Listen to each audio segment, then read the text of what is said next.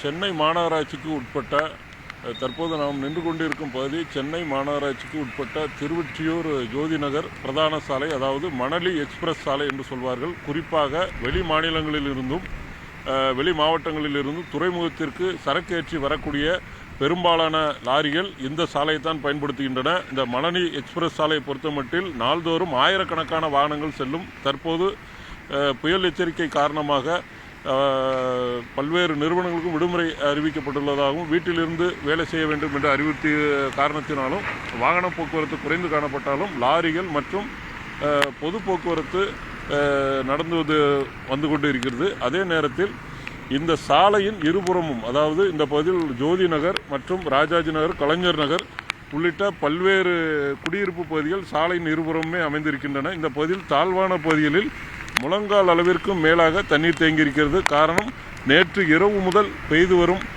மழையானது தொடர்ந்து பெய்து வருகிறது. குறிப்பாக அதிக மழையாகவும் கனமழையாகவும் மிதமான மழையாகவும் மாறி மாறி பெய்து வரும் காரணத்தினால் இந்த பகுதியில் மிகப்பெரிய அளவில் தண்ணீர் தேங்கி இருக்கிறது.